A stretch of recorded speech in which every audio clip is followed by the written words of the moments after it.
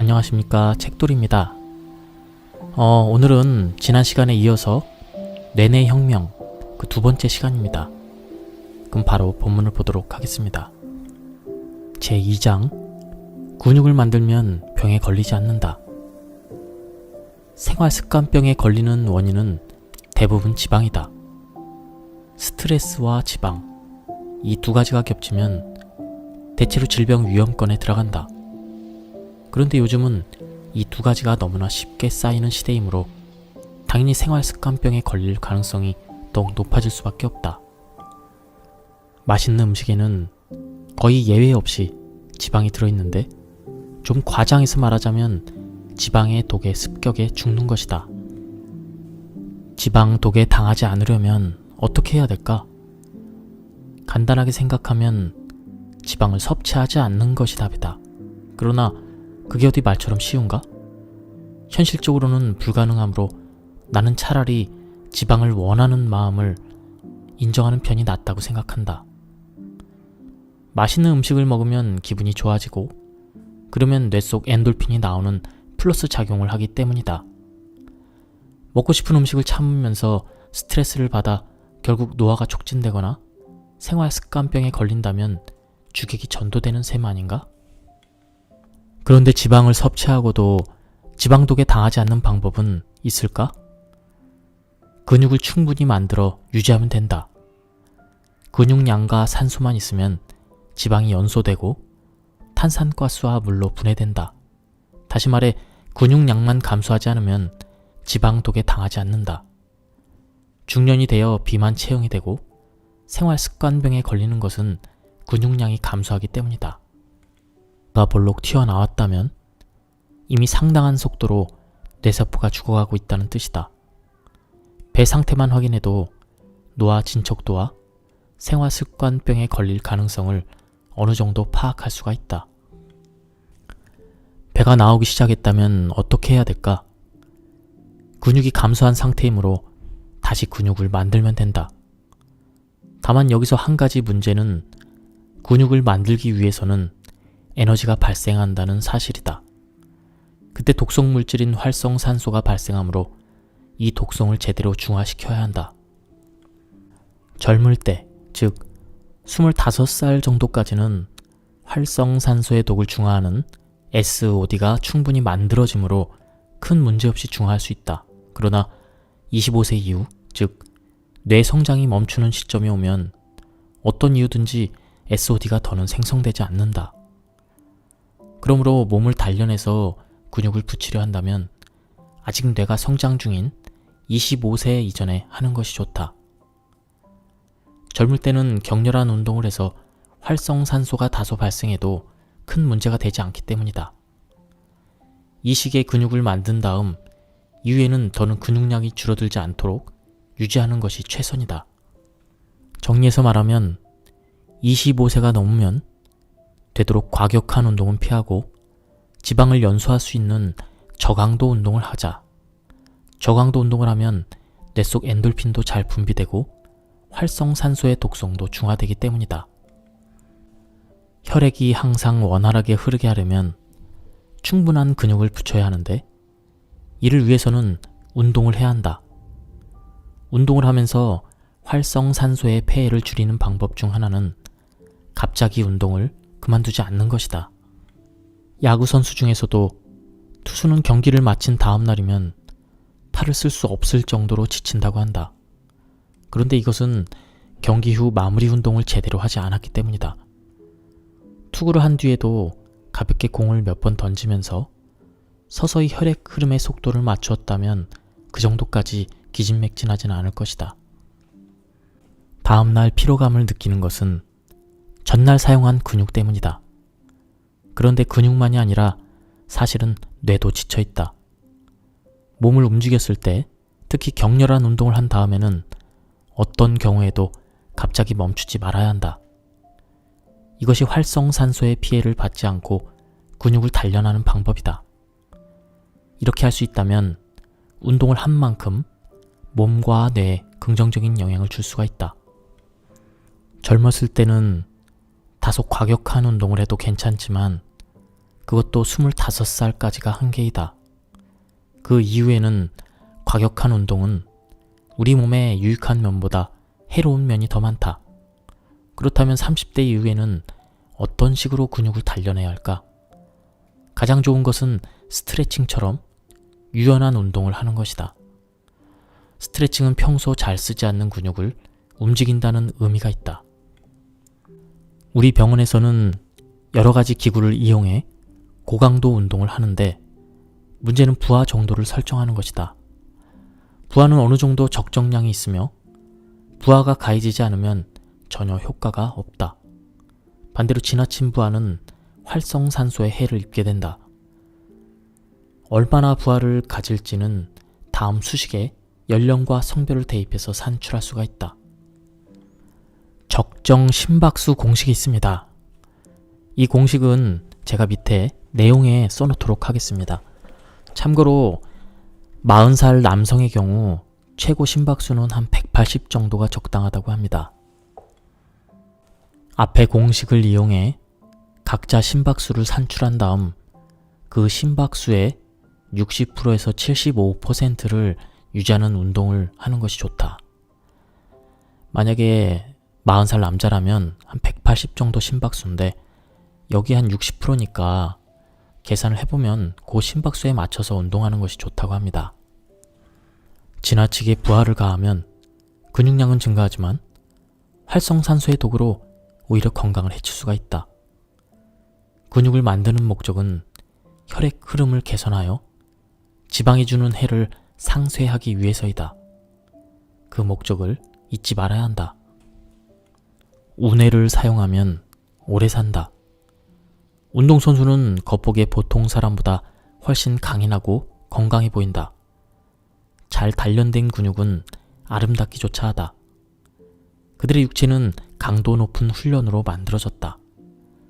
그러나 이 훈련 때문에 활성산소에 해를 입고 있다는 사실을 지적하는 사람은 거의 없다. 스포츠 의학을 공부한 사람은 알겠지만 운동선수들은 얼핏 건강해 보이지만 실제로는 건강하다고 할 수가 없다. 오히려 건강하지 않다고 하는 편이 정확할 것이다. 그 증거로 일반인들은 힘들게 일하면서도 여건만 허락된다면 정년 60세까지 무탈하게 근무하는 사람이 대부분이지만 스포츠를 직업으로 삼는 사람 중에 60세까지 현역으로 활동하는 사람은 거의 없다. 특히 여성 마라톤 선수의 경우 마라톤을 통해 청춘을 불사르며 인생을 완성한다는 의미는 있겠지만 일반적으로 말하는 여자의 행복을 얻기란 거의 불가능하다. 선수 대부분이 생리불순에 시달리며 생리를 해도 배란을 하지 않는 경우가 많다. 정자와 난자는 활성산소에 취약하다. 그래서 과격한 운동을 하는 선수는 불임이 많고 아이를 낳아도 기형아를 낳을 확률이 높다.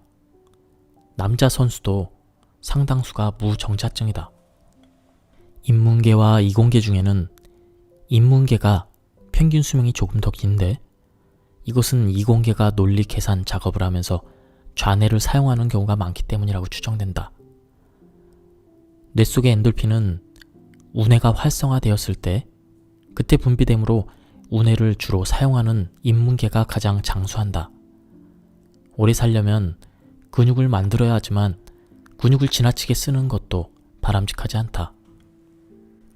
왜 격렬한 운동을 하면 지방이 연소되지 않을까? 그 이유는 간단하다. 지방이 연소하려면 충분한 산소가 필요한데 격렬한 운동에서는 그 운동을 하기 위해 몸속의 산소가 모두 동원된다. 그러면 당연히 지방이 연소될 수가 없다. 100m 전력 질주하는 격렬한 운동으로는 지방을 전혀 연소하지 못한다. 그러므로 살 빼기가 목적이라면 격한 운동은 되도록 피하자. 그런 운동은 아무 효과도 없을 뿐더러 활성산소에 해를 입게 될 뿐이다. 고른 호흡을 하면서 편안한 운동을 장시간 지속하면 산소가 충분히 공급되어 지방이 점점 연소된다. 지방을 연소시키는 운동 중 가장 좋은 운동은 워킹이다. 걷는 양은 하루에 총 13,000보가 적당하다. 일상생활에서 기본적으로 걷는 양이 있으므로 운동 삼아 걷는 양은 약 8,000보에서 10,000보 정도로 잡으면 된다. 명상을 잘 하게 되면 머릿속을 깨끗이 비울 수 있다. 하지만 그 상태까지 도달하기 위해서는 셀 수 없이 많은 훈련을 해야 한다. 보통은 머릿속을 비우려고 노력할수록 잡념이 불쑥불쑥 떠오르기 마련이다. 따라서 앞서 사례에서 말했듯이 명상 전에 자신이 좋아하는 사물에 대한 이미지를 미리 뇌리에 심어놓는 과정이 필요하다. 즐거운 이미지를 떠올리면 뇌 속 엔돌핀이 나와서 기분이 좋아지고 잡념을 비교적 쉽게 없앨 수 있기 때문이다. 잡념을 없애고 머릿속을 비우면 이곧 진정한 명상의 영역에 도달하게 된다. 그 단계까지는 도달하지 못하더라도 뇌 속 엔돌핀이 작용해서 심신의 다양한 부위가 호전되고 자연 치유력이 향상된다. 병에 걸리지는 않았지만 마사지를 즐기는 사람이 있는데 이것은 무척 바람직한 경향이다. 마사지를 하면 뇌 속 엔돌핀이 분비되어 혈액순환이 개선되기 때문에 건강에 좋지 않은 부위도 자연스럽게 낫는다. 병이 걸리기 직전, 즉 미병 단계에서 다시 건강한 상태로 되돌린다는 동양의학의 기본적인 사고방식도 바로 여기에서 비롯된다. 동양의학은 뇌 속 엔돌핀을 분비하게 하는 의학이며 뇌파를 지표로 삼는다. 뇌파가 알팔파가 되면 뇌 속 엔돌핀이 분비된다. 그러나 일상생활 속에서는 뇌파를 알팔파로 만들 기회가 좀처럼 없는 사람도 많다. 하지만 시중에는 뇌파를 알팔파로 만드는 기계가 있다. 이 기계를 사용하면 스트레스가 해소된다. 저도 찾아봤는데 이 기계는 따로 발견하지 못했고요. 유튜브에 보면 뇌파를 알팔파로 만들어주는 그런 소리를 만들어주는 영상이 있습니다. 저도 잠깐 그 소리를 들어봤는데 마음이 조금 편안해지는 것을 좀 느꼈습니다. 인간의 몸은 25세경에 성장이 멈추고 그 뒤에는 서서히 노화한다. 그냥 두면 뇌세포는 하루 10만 개꼴로 죽어가며 근육도 쇠퇴하기 시작한다. 무엇보다 사회생활을 하느라 바빠서 몸을 단련할 시간적 여유도 없다. 그렇다면 일상생활을 하면서 뇌세포를 지키고 근육량을 유지할 수 없을까? 가장 쉽게 누구나 실천할 수 있는 방법을 소개하겠다. 그것은 하루 5,000보를 걷는 것이다. 걷는 과정에서 뇌 속 엔돌핀이 많이 분비된다. 나는 아무리 바빠도 최소 5,000보는 걸으려고 한다. 이것을 실천하면 앞에서 언급한 목적을 거의 달성할 수가 있다. 물론 누구나 일상생활을 하면서 기본적으로 걷는 양이 있다. 그러나 현대인의 생활 패턴을 보면 아무래도 걷는 양이 부족할 수밖에 없다. 그래서 부족분을 의식적으로 보충해야 한다. 나는 적게 걸었다 싶은 날에는 일을 마치고 집에 돌아와서 산책을 한다. 비가 내려도 걷는다. 우산을 쓰고 걸으니 어려울 것도 없다. 폭풍우가 몰아치는 날이 아니면 매일같이 걷는다. 나는 걸으면서 명상을 한다. 굳이 바닥에 드러누워 몸을 이완시키거나 좌선을 해야만 명상이 아니다. 걸으면서도 충분히 할 수 있다. 오히려 걸으며 명상을 하는 것이 3배에서 4배 더 효과가 좋다. 그러면 이때 무슨 생각을 해야 할까? 나의 경우에는 자신의 꿈이나 계획을 머릿속에 구체적으로 그린다. 앞으로 병원을 어떻게 운영할 것인가? 내가 꿈꾸는 형태로 만들려면 무엇을 시작해야 할까? 주로 그런 생각을 하는데 생각을 하다 보면 기분이 좋아져서 저절로 생각이 꼬리에 꼬리를 문다. 비가 내린다는 사실도 깜빡 잊어버릴 정도다. 이렇게 기분이 좋아지는 것은 우뇌가 활발하게 움직이기 때문이다. 알파파는 우뇌에서 나오므로 우뇌를 활동하게 하려면 좌뇌를 안정시켜야 된다. 그런데 좌뇌를 진정시키는데 가장 효과적인 방법이 바로 걷기이다. 좌뇌가 잠자코 있으면 우뇌에서 지혜가 솟는다. 가만히 앉아서 하는 명상이 좋다고 하는 사람도 있지만 가만히 있으면 지혜가 떠오르지 않는다. 오히려 잡념이 고개를 내민다. 그러므로 산책을 하면서 자신이 좋아하는 대상에 대해 생각하는 습관을 들이는 것이 바람직하다. 창의적이고 진정한 지혜를 만나고 싶다면 몸을 움직이면서 명상하는 것이 최고의 방법이다. 철학자 칸트가 하루도 빠짐없이 산책을 했다는 것은 이미 유명한 이야기이다. 그의 사고는 대부분 산책에서 나온 산물이 아닐까? 인간에게는 의식할 수 있는 세계와 의식할 수 없는 세계가 존재한다. 의식 세계와 무의식 세계가 바로 그것이다. 그런데 의식 세계에서 도출한 사고의 기업피는 얕을 수밖에 없다. 책상 앞에 앉아서 이론이나 논리만 생각하면 안 된다. 몸을 움직여서 좌뇌를 잠재우고 모든 기억의 보고인 무의식이 보내는 메시지에 귀를 기울이자. 그곳에는 개인이 과거에 경험한 모든 기억과 DNA에 새겨진 선조의 지혜가 섞여 있으며 때로는 엄청난 발상을 떠올리게 해준다. 그런 경지에 들어서면 뇌파가 알파파로 바뀌면서 뇌 속 엔돌핀이 활발하게 분비된다는 사실은 현대의학에서도 입증되었다.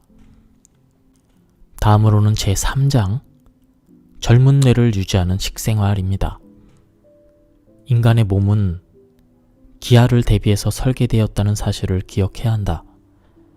식욕중추가 작용하는 것도 지방을 축적하는 것도 모두 영양 공급이 끊어질 가능성을 전제로 이루어진다. 그러나 음식이 과도하게 공급되는 상황에 대처하는 방법은 어설프다. 따라서 음식이 남아도는 시대에는 스스로 식생활을 조절해야만 건강을 지킬 수가 있다. 현대인의 식생활에서 가장 먼저 주의해야 할 점은 칼로리 과다 섭취다. 사람들은 이미 이 사실을 잘 알고 있으므로 여러 방법으로 식사를 조절한다.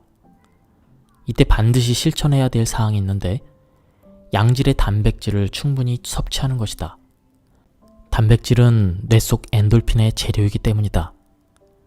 뇌 속 엔돌핀은 물질이다. 그 엔돌핀을 만드는 물질은 아미노산이니 충분한 아미노산이 있어야 한다. 단, 뇌 속 존재하는 아미노산은 조금은 축적할 수 있지만 한꺼번에 많이 섭취해서 쌓아둘 수는 없다. 그러면 구체적으로 어떤 음식을 먹어야 될까? 바람직한 식생활의 모델로 승려들이 먹는 사찰 요리를 들 수 있다. 전통 사찰 요리는 뇌의 젊음을 유지시켜주는 가장 뛰어난 음식이다. 특히 콩을 가공한 두부, 밀병, 유부 등에는 식물성 단백질이 풍부하게 들어있어서 옛 승려들의 장수를 보장하고 치매를 방지해 주었다. 뇌를 위해서는 고단백질이 꼭 필요하다. 그러나 지방은 혈관을 막아서 생활습관병을 유발하기 때문에 저지방 저칼로리 식사를 해야 한다. 또한 지방을 연소하려면 어떻게 해야 될까? 식후에 몸을 가볍게 움직이면 된다. 식후 30분에 가볍게 산책을 하면 혈당치가 눈에 띄게 떨어지므로 지방이 연소되는 방향으로 보내진다. 가장 쉽게 살이 찌는 경우는 식사 후에 달콤한 디저트를 먹고 바로 누워서 자는 것이다. 식사를 해서 가뜩이나 혈당치가 상승했는데 당분을 섭취하면 혈당치는 더욱 올라간다. 게다가 바로 자버리면 에너지도 소비할 수 없으니 식후에 단 것을 먹고 자는 것은 백해무익한 행위이다. 미식을 하면서 살찌지 않고 근육을 키우는 방법이 또 하나 있다. 즐거운 일을 생각하며 잠을 청하는 것이다. 즐거운 생각을 하는 것도 일종의 명상이다. 그러면 뇌파가 알팔파로 바뀌어 몸이 이완되기 때문이다. 이런 상태에서 잠을 자면 체내에서 성장 호르몬이 분비된다.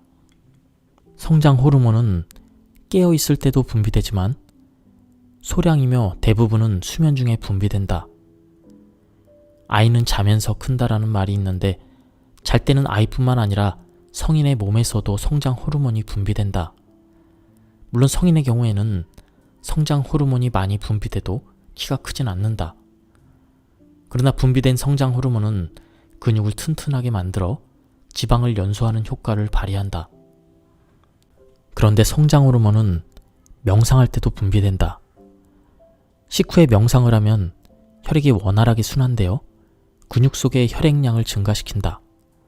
그때 성장 호르몬이 활발하게 나오므로 운동을 하지 않고도 근육을 만들 수가 있다. 물론 운동이라는 적극적인 방법도 좋지만 명상이나 수면으로 알파파 상태를 유도해도 같은 효과를 얻을 수 있다는 것이다.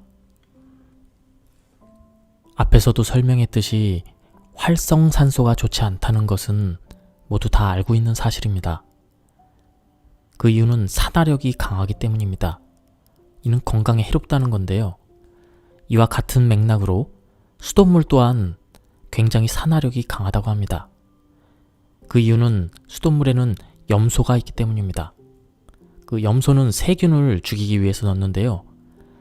이 염소 자체가 산화력이 굉장히 강하기 때문에 활성산소와 비슷한 역할을 한다고 합니다. 그래서 수돗물을 그냥 먹는 행위는 굉장히 몸에 좋지 않다고 합니다. 더욱 심각한 것은 염소를 들이붓는 수영장이다. 보건소에서 이것을 의무사항으로 규정한다는 사실이 참으로 안타깝다. 수영 자체는 건강에 좋겠지만 지금 수준으로 염소를 투입한 물속에서 헤엄치는 것은 내가 보기에는 건강을 위하기는커녕 일부러 독을 흡수하러 가는 짓이다. 앞에서 운동선수가 보통 사람보다 수명이 짧다고 했는데 수영선수는 다른 운동에 비해 선수로 생활하는 기간이 비교적 짧아서 그 피해를 살짝 피할 수 있을 뿐이다. 또한 수돗물은 그대로 마시지 않는 것이 좋다. 몸의 3분의 2가 물로 구성되어 있으므로 우리는 물을 매일 마셔야 한다. 그런데 질이 나쁜 물은 노화를 촉진하고 생활 습관병 원인으로 되므로 가능하면 정수기로 여과한 물을 마시는 것이 좋다. 시판되는 미네랄 워터는 수돗물보다 훨씬 안전하지만 가격이 상당히 비싸다. 수돗물을 한번 끓이기만 해도 꽤 안전해지므로 번거롭더라도 건강을 위해서라면 꼭 끓여서 먹도록 하자. 콩 종류는 최고의 식품이다. 콩류는 뇌세포를 활성화하는데 도움이 되는 최고의 식품이다. 콩을 가공한 식품이야말로 건강에 가장 좋다고 할 수 있다. 사찰 요리에 두부, 된장, 유부 등 대두를 가공한 식자재를 많이 쓰는 것도 그런 이유일 것이다. 단 이때 유전자 변형 콩류는 피해야 한다. 대두는 양질의 식물성 단백질이 풍부하고 게다가 저렴하기까지 하다. 된장도 그렇지만 대두를 이용한 식품은 아미노산 균형이 아주 뛰어나서 뇌 속 엔돌핀을 만드는 재료로 가장 적합하다.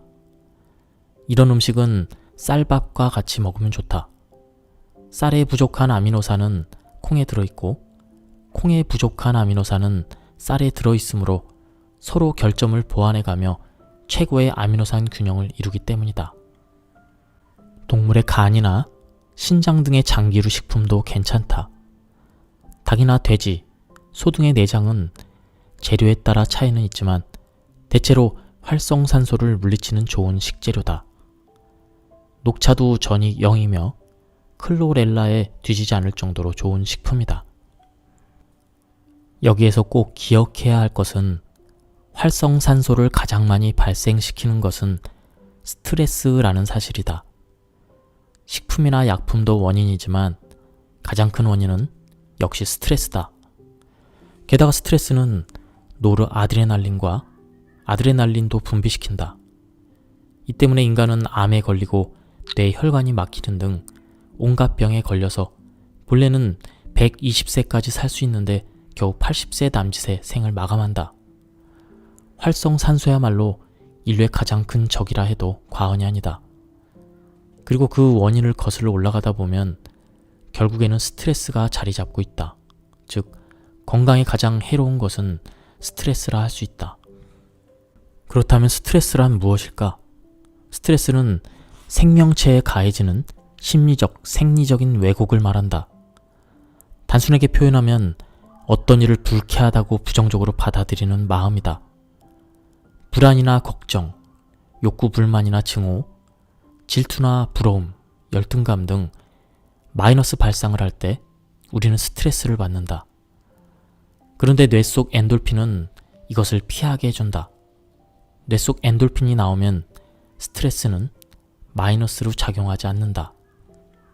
스트레스에는 마이너스로 작용하는 스트레스와 플러스로 작용하는 스트레스가 있는데 이것은 스트레스를 받아들이는 자세에 따라 결정된다. 예를 들어 생선의 탄 부분을 먹으며 발암 물질이라는데 괜찮을까 하고 걱정한다면 이것은 마이너스로 작용하는 스트레스다. 간이 비명을 지르는 모습을 상상하며 술을 마시면 당연히 간에 좋지 않다. 인간의 사고방식은 종종 습관의 지배를 받는다. 마이너스 발상을 하는 사람은 끊임없이 마이너스 사고를 하고 플러스 발상을 하는 사람은 계속해서 플러스 사고를 한다. 플러스 사고와 마이너스 사고가 1년, 3년, 5년 이런 식으로 꾸준히 누적되면 하늘과 땅만큼 현격한 차이로 드러난다. 다음은 공기 중에서 산소가 일으키는 변화를 나열한 것이다. 1번 쇠가 녹이 쓴다. 2번 고무가 탄력을 잃는다. 3번 버터나 식용유가 변질된다. 4번 껍질 벗긴 사과가 변색된다. 이와 같은 반응들은 산소가 그 유기물을 산성화시키는 것입니다. 이런 산성화된 음식을 먹었을 때 우리 몸에 매우 해로운 작용을 합니다. 그리고 우리 주변에는 산소를 이용하는 미생물들이 굉장히 많습니다. 산소를 영양분으로 삼아 살아가는 미생물을 호기성 미생물이라고 하는데 현재 지구는 산소를 함유한 공기에 둘러싸여 있으므로 호기성 미생물 천하인 셈이다. 한편 산소가 있으면 살아갈 수 없는 혐기성 미생물은 거의 전멸하다시피 했다. 이들은 공기가 닿지 않는 깊은 땅속이나 바닷속 혹은 인간의 내장 속에서만 생명을 유지하게 되었다. 신기하게도 우리 몸속에도 산소를 싫어했던 미생물의 흔적이 남아 있습니다. 바로 세포핵이라는 부분이다. 세포핵 주변에는 에너지 발전소 역할을 하는 미토콘드리아라는 부분이 있는데 이 미토콘드리아 활력이 떨어지면 세포의 핵과 산소가 접촉하게 된다. 그 상태를 현미경으로 보면 핵은 산소와 닿는 즉시 소멸함을 알 수 있다. 이 현상에서도 알 수 있듯이 산소는 인간이 살아가기 위한 에너지를 만드는데 꼭 필요한 물질이지만 그 외의 경우에는 독으로 작용한다. 만약 산소를 캡슐로 싸서 에너지를 만들 때만 사용하고 그 뒤에는 공기가 없는 환경에서 살 수 있다면 아마도 인간은 몇백 년 좋게 살 수 있지 않을까? 그 정도로 산소는 생물에게 독약이나 다를 바가 없다. 그 증거로 음식물도 공기에 노출되면 점점 부패한다. 공기나 생선은 산소에 닿으면 10초 단위로 상태가 나빠진다. 이것이 바로 산화인데 산화된 음식을 먹으면 체내 산해물이 들어간다. 이것은 녹을 체내로 집어넣는 것과 같아서 몸도 그만큼 산화가 촉진된다. 이러한 산화를 억제하는 물질을 항산화 물질이라고 하는데 비타민 C, A, E 등이 이런 작용을 한다. 채소나 허브는 스스로 산화를 막는 항산화 물질을 만드므로 이런 식품을 먹으면 항산화 능력을 키울 수가 있다. WHO는 일에 대해서 재미있는 실험을 했는데 건강하고 활기차게 일할 수 있는 사람에게 일을 하지 못하게 한 것이다. 그들에게는 식사와 돈, 시간이 충분히 제공되었다. 즉, 일을 하지 않고 실컷 놀게 한 것이다. 그러자 그들에게 생활 습관병에 걸릴 징조가 나타났다. 동네 애들이 놀러와서 조금 시끄럽습니다. WHO의 실험을 통해 밝혀진 바와 같이 일하는 것은 오히려 건강에 좋다. 일을 좋아하고 거기에서 보람을 느끼는 사람에게는 열심히 일하는 과정 자체가 뇌 속 엔돌핀을 분비하게 되는 원동력이다. 일하고 싶은 사람에게 일을 하지 못하게 하면 그 사람은 중성지방이 증가하거나 혈당치가 상승하면서 쉽게 질병의 위험권에 들게 된다. 의학적인 관점에서 볼 때도 정년퇴직을 한 뒤 치매나 다른 병에 걸리는 것은 수긍이 가는 현상이다. 건강과 장수에 도움이 되는 뇌 활용법은 플러스 발상이다. 세계 어디를 가도 오래 사는 사람들에게는 공통점이 있다. 그것은 끙끙 앓지 않는 능력이다. 이것이 바로 플러스 발상이며 그게 가능한 사람은 뇌 속 엔돌핀을 원활하게 분비시킨다. 모든 일을 긍정적으로 생각해서 뇌 속 엔돌핀을 많이 분비시킨다면 누구나 건강하게 오래 살 수 있을 것이다. 뇌파의 알파파가 분비되는 상태로 그것을 판단하는데 뇌파를 알파파 상태로 만들려면 기분 좋은 일, 즐겁고 가슴 설레는 일을 생각하거나 행동으로 옮기는 것이 가장 좋다. 바쁜 일상에 쫓겨 그런 기회를 갖지 못하는 사람에게 가장 좋은 방법을 하나 알려주겠다. 아무리 바쁜 사람이라도 하루에 한 번은 잠을 자기 마련이다. 바로 이때를 활용한다. 현실에서의 일상이 어떤 상태이든 잠들기 전에 자신의 꿈이나 소망, 계획을 떠올리자. 또는 즐거웠던 추억에 젖어보는 것도 좋다. 편안한 기분으로 잠들면 뇌세포가 활성화될 뿐 아니라 근육이 자극을 받아 운동을 한 것과 동일한 효과를 얻을 수가 있다. 심한 스트레스를 받아서 그 생각이 머릿속에 떠나지 않더라도 일단 무조건 플러스 발상을 해보자. 처음엔 힘들겠지만 점차 익숙해질 것이다. 이것이 건강과 장수의 문제로 직결된다는 사실을 항상 명심해야 한다. 물론 오래 산다고 해서 모든 문제가 해결되는 것은 아니다. 건강한 몸으로 치매에 걸리지 않고 오래 살기를 원할 것이다. 올바른 식사와 근육 유지, 플러스 발상을 하는 것에 집중하면 얼마든지 가능한 일이다. 언제나 플러스 발상을 하는 방법. 뇌 속 엔돌핀을 분비하는 최상의 조건은 플러스 발상을 하는 것이다.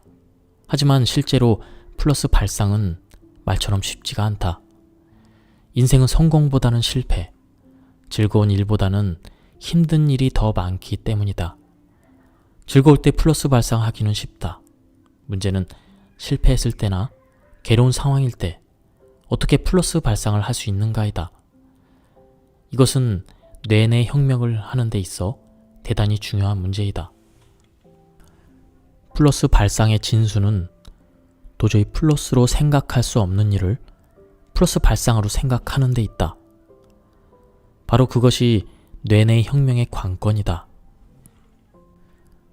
후나이 종합연구소 후나이 유키오 회장은 사랑하는 가족과 사별하더라도 하늘을 원망하지 말고 나에게 일어난 모든 일을 최선의 상황으로 받아들이라고 권한다.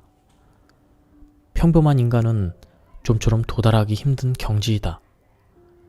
그러나 마이너스 발상밖에 하지 못하는 상황에서 어떻게 플러스 발상을 할 것인가가 가장 중요한 테마이므로 이 점에 대해서 잠시 짚고 넘어갈 필요가 있다. 최근 한 가지 사실은 명확하게 밝혀졌다. 그것은 바로 뇌가 우리에게 건강하게 살아라, 성공해라, 인생을 즐겨라 라고 명령한다는 것이다. 물론 인간은 자유의지를 가지고 태어났으므로 다른 선택을 할 수도 있다. 인생을 행복하게 살고 싶어 하는 사람은 그런 방향으로 살아갈 수 있으며 인생을 불행하게 살고 싶어 하는 사람은 그런 방향으로 살게 될 가능성이 크다. 바로 이 사실이 뇌 속 엔돌핀의 발견을 통해 밝혀졌다. 다만 이를 위해서는 조건이 있다. 창조주가 의도하는 방향대로 살아야 한다는 것이다. 창조주가 의도하는 바를 거역하면 아무리 행복해지려고 발버둥쳐도 반대 방향으로 갈 것이다. 바로 노르아드레날린과 아드레날린의 세상이다. 의 명령은 창조주의 명령과 같다. 그렇다면 창조주는 어떤 의도를 가지고 있을까? 의학적 견지에서 보면 자아 실현을 하라는 말로 귀착된다. 그렇다면 자아 실현이란 무엇일까? 누가 봐도 올바르고 훌륭한 인생, 타인에게 비난받지 않고 즐겁게 충실하게 사는 인생, 그런 삶을 사는 것이 자아 실현이며 인간으로 태어난 목적이라 할 수 있다. 훌륭한 행동을 할 때 최고의 행복과 기쁨을 느끼게 되는 이유 또한 이 때문이다. 너무 거창한 해석이라 뭔가 속았다고 생각하는 사람도 있을 수 있다. 그러나 실제로 뇌 속 엔돌핀에 관련된 도파민 신경의 활동 유형을 보면 이것이 인생의 진실이라는 사실을 한 번 더 확인할 수 있다. 앞에서도 말했듯이 도파민 신경은 원뇌에 있다. 즉 파충류나 개, 고양이에게도 있는 신경이다. 이 신경은 쾌감 신경이라 불리며 이 부분이 자극을 받으면 기분이 좋아진다. 성행위 할 때 느끼는 쾌감도, 식욕을 채웠을 때 느끼는 만족감도, 쾌감이라 부를 수 있는 모든 것은 이 신경세포가 자극을 받아 느끼는 것이다. 이것은 뇌 속 엔돌핀의 원천이다. 단 이 신경에는 신기한 점이 있다. 일반적으로 신경은 자극을 받는 방향이 플러스로 가든 마이너스로 가든 일정 정도 도달하면 제동이 걸린다. 아무리 성욕이 강한 사람도 일단 충족되면 그 욕구를 억제하는 호르몬이 나와 욕구가 사라진다. 앞에서 설명했듯이 이것을 음성 피드백이라고 한다. 하지만 인간이 진선미에 관계되거나 정의로운 행동을 할 때는 그것을 방해하는 물질이 나오지 않는다. 뇌의 엔돌핀이 무한대로 분비된다. 그런데 뇌 속 엔돌핀은 마약, 몰핀보다 훨씬 효력이 강하기 때문에 인간은 자아 실현을 할 때 가장 강력한 쾌감을 느낀다. 나는 바로 이러한 물리적 상황에서 창조주의 목적 같은 것을 느낀다. 일반적으로 예술가의 수명이 긴 이유는 그들이 진선미에 관련된 일을 하기 때문이다. 그들에게는 뇌 속 엔돌핀이 끊임없이 분비되기 때문에 창작 의욕이 솟고 창작의 기쁨을 느낀다. 나이팅게일과 슈바이처가 90세까지 살 수 있었던 것도 이 세상과 인간을 위해 살았기 때문이다. 평범한 사람이 보기에는 힘든 일 투성이일 텐데 뭐가 좋아서 저렇게 할 수 있을까 하고 의아해하겠지만 그들은 우리 생각과 달리 고도의 쾌감을 느끼며 살았을 가능성이 크다. 위인이나 현인들의 발자취를 보며 고생이 많다고 생각하는 것은 일반인들의 얕은 생각일 뿐이다. 사실 그들은 남들에게는 보이지 않는 엄청난 재산을 누렸을 것이다. 이제까지 우리는 훌륭한 대상을 보면 우러러 볼 뿐 자신이 도전해볼 용기를 내지 못했다. 그 길이 너무 험난하고 곧해서 전혀 즐거워 보이지 않았기 때문이다. 그러나 지금은 사정이 달라졌다. 인간의 가장 큰 기쁨은 전두 연합령과 도파민 신경을 연동시키는 것이다.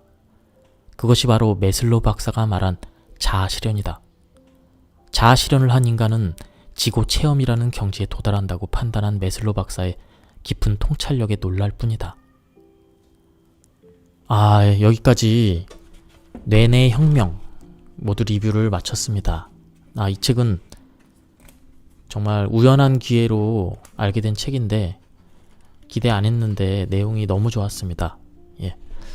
한번 빌려서 보시는 것도 좋고요. 사서 보시는 것도 괜찮을 것 같습니다. 이게 원래 책이 97년도인가 96년도에 나온 책인데 그 책을 다시 리뉴얼해서 나온 책 같습니다. 그래서 편집도 깔끔하게 잘 돼 있고요. 나온 지는 2020년 한 3월쯤에 나온 책인데 원래는 한 96년도에 나온 좀 오래된 책입니다. 그걸 좀 요즘 시대에 맞게 편집을 잘 해주신 것 같습니다. 예, 여기까지 리뷰를 마치도록 하겠습니다. 감사합니다.